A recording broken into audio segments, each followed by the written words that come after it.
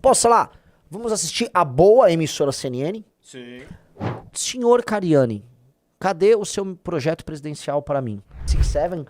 E, cara, é muito view que tá tendo no Instagram. Botei pra lenhar. Botei pra lenhar no TikTok. Vapo. Nossa senhora. Nossa, estamos crescendo muito no Torok Talk. Tô muito feliz, tô muito orgulhoso. E crescendo, né? Galera, viagem pra Brasília apenas atestando que nós estamos muito no jogo. Primeira coisa, não sou eu que vou falar que seria pretencioso, mas queria depois que vocês avaliassem os discursos dos outros presidenciáveis lá no evento da Marcha Nacional dos Prefeitos. Se comparar, pô, vocês devem uma olhadinha aí nos discursos dos nossos concorrentes. Quero falar nada, mas tem uma diferença, né? Então, enfim, nossa, assim, muito hostis, mas acho que foi muito bem lá, hein? Quero tua opinião, Rafael Almeida Riso. Eu gosto muito que elas dão cutucada achando que você vai dar uma recuada. Tipo, ô, pera lá. Eu vou aqui considerar o que elas estão falando e tal. Você, não, é isso mesmo. Não, mas deputado. Não sou deputado. Não, mas deputado, não sou deputado. Ah, tá, mas o dados, isso aqui, não, esses dados são errados. Tipo... Agora, assim, o Kim achou que foi a minha melhor participação nessas entrevistas, foi uma entrevista hostil. Eu achei, um cara botou aqui, Correio Brasilense foi muito ruim. Cara, parem de confundir as coisas. Se a atuação delas foi ruim e a entrevista não deu pra vocês ouvirem coisas legais, é porque elas não estavam fazendo uma entrevista. Não trate aquilo como entrevista. Trate como uma oportunidade pra que uma pessoa que tá vendo aqui fale, pô, esse cara é brabo. É isso. Eu não deixei elas ficarem... Porque assim, ali, cara, tem um elemento só. Tem um conceito que ficou conhecido na direita americana, na direita europeia também como long house. Tá? O conceito long house, ele se refere a uma sociedade matriarcal. Uma sociedade pretensamente matriarcal, mas ela é mais matriarcal do que as sociedades patriarcais europeias que existiam na Europa, no Neolítico, pré-invasão indo-europeia. E o conceito lá é que não haviam grandes casas comunais, eram regimes meio que comunais, com essas grandes casas de madeira, em que havia uma energia feminina muito forte e uma espécie de repressão ao elemento masculino. E dizem que a sociedade moderna contemporânea, vamos colocar assim, ela expressa essa coisa da long house. Ali, o que essas moças queriam fazer comigo era me colocar na long house. É uma espécie de opressão ao espírito masculino de uma figura que é masculina e que tem um elemento muito criador e muito livre. Eu, em grande medida, minha característica como defeito e como qualidade é ser um espírito livre. Livre a ponto de falar umas besteiras, de andar às vezes meio desgrenhado, mas livre de ponto de criar coisas. Ali, elas foram me long housear. E não rolou. Pelo contrário. Né? Então, ao não rolar a long houseada, o que nós tivemos no fim foi um choque. Então, tratem como choque. Porque, no fundo, tá? Esse é um grande teste. Porque em qualquer sociedade, você vai ter que criar sempre um equilíbrio entre o feminino e o masculino. É o yin yang. Vocês já viram o lance do yin yang? Então o elemento feminino e o masculino, eles andam juntos, tá?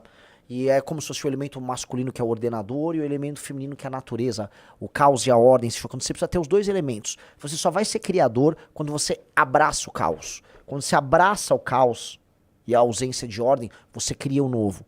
Então o elemento feminino entra. Por isso que as musas, né, que são evocadas pelos poetas, os bardos, elas, na prática, são seres femininos, entendeu? Você vai atrás das musas. É por isso que os rituais, vamos dizer, dionisíacos, eles iam todos numa linha que ela em si é muito feminina. E do outro lado, é o elemento hierárquico ordenador masculino. Você precisa juntar essas duas coisas. Entretanto, o elemento feminino, quando fica muito forte em uma sociedade, ele mata o espírito, não apenas o ordenador, mas o espírito aventureiro masculino. Então, a gente tá numa sociedade que tá, talvez, por mais que seja uma sociedade que tenha homens no poder, com um espírito muito feminino. E o capitalismo talvez nos leve a isso, depois isso dá uma grande discussão. E você precisa agora ordenar. Eu preciso meter lei e ordem no Brasil.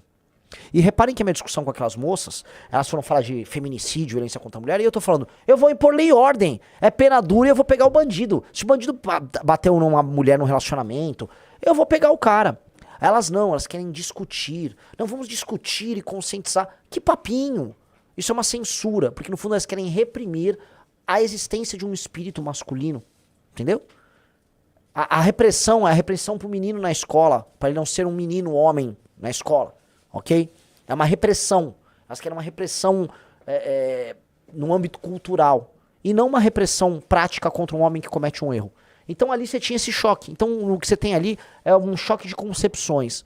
E a coisa mais masculina de fazer é falar não e colocar a sua opinião. E pronto, e acabou. É isso que nós precisamos fazer, entendeu? E é muito diferente de um cara como o Flávio Bolsonaro, que é um cara feminino. O Flávio Bolsonaro é um sujeito em si muito feminino. E o Flávio Bolsonaro se adapta. Né? Se adapta. E a coisa mais feminina do Flávio Bolsonaro é justamente essa adaptabilidade. Por isso que é diferente. Por isso que nós não temos nada a ver.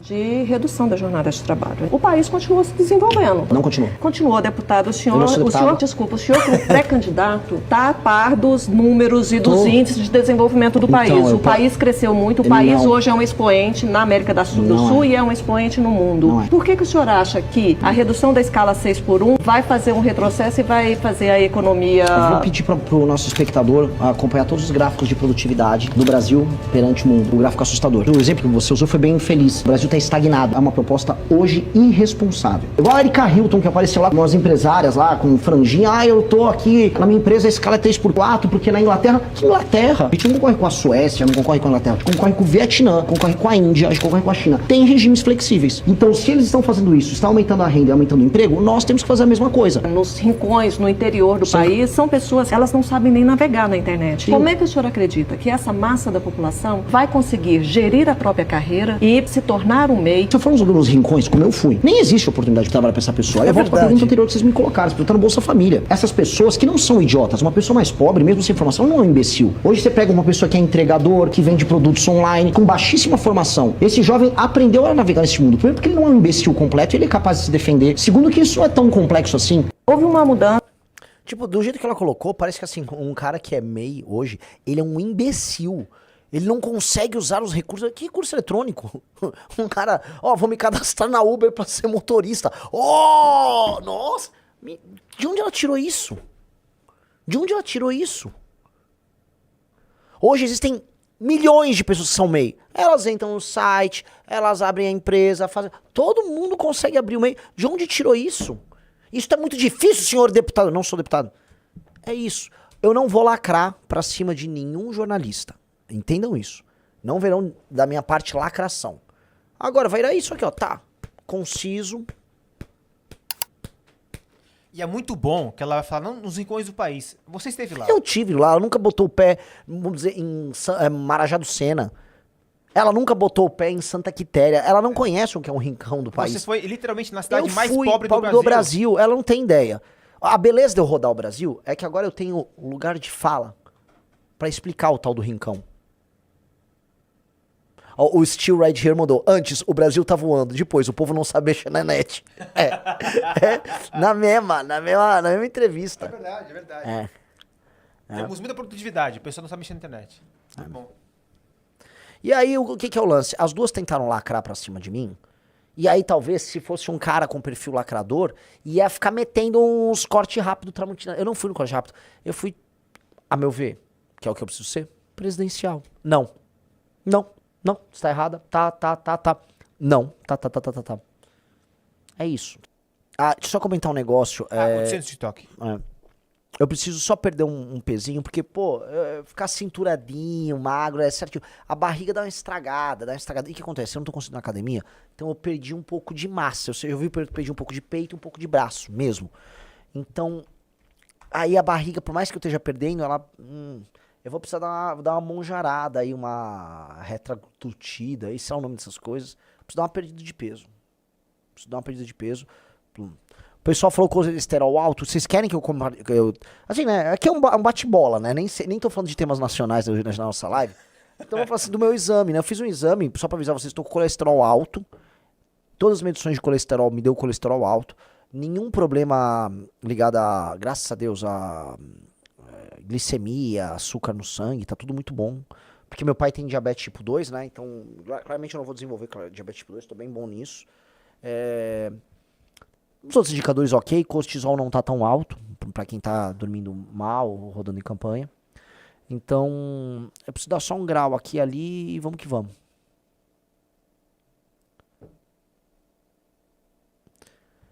Faz projeto com o Cariri. Faz o seguinte, senhor Cariani, cadê o seu projeto presidencial para mim? Eu aceitaria, tá? Já ajudou tanta gente, até o Marçal. Ô, Cariani, aceito. Ele e o Balestrin.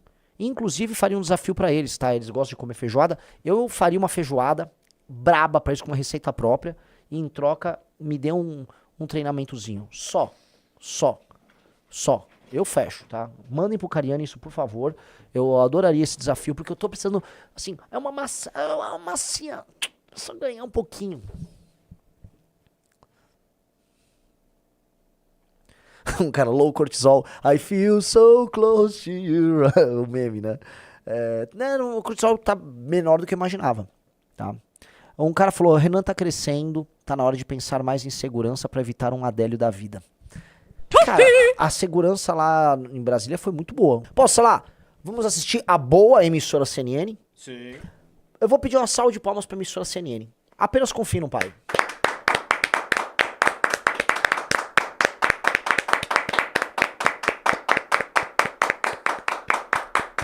Ó, Ana Maria falou, oi Renan, tenho 69 e não sou a tia do Zap. Hoje convenci meu filho a votar em você. Uau! Mano... Vamos ver aí.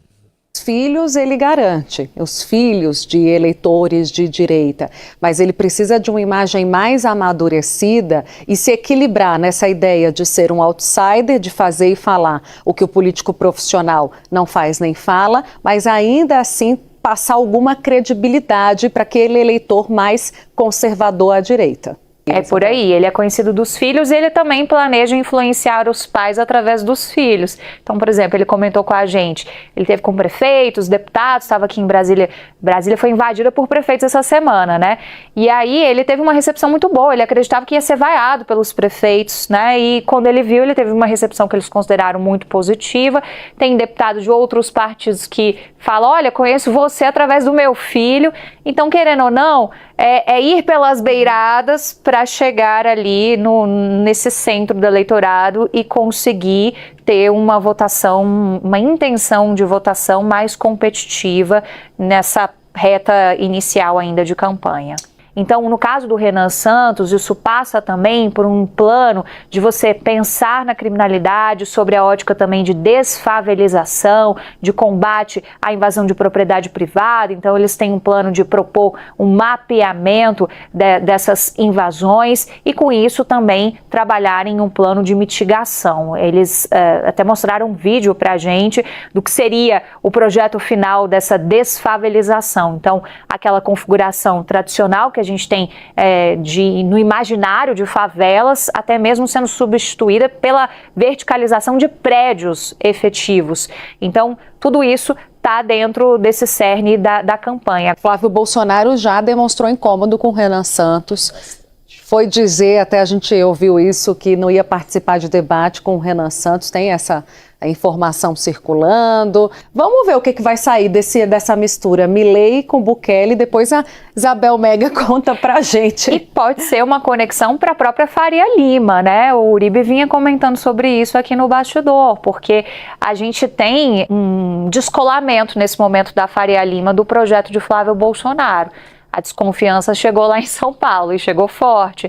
Então a Faria Lima também fica vendo para onde que vai neste momento em que a candidatura de Flávio Bolsonaro se torna também uma dúvida e ela se torna radioativa até para esses grupos financeiros. Bel, obrigada pelas informações.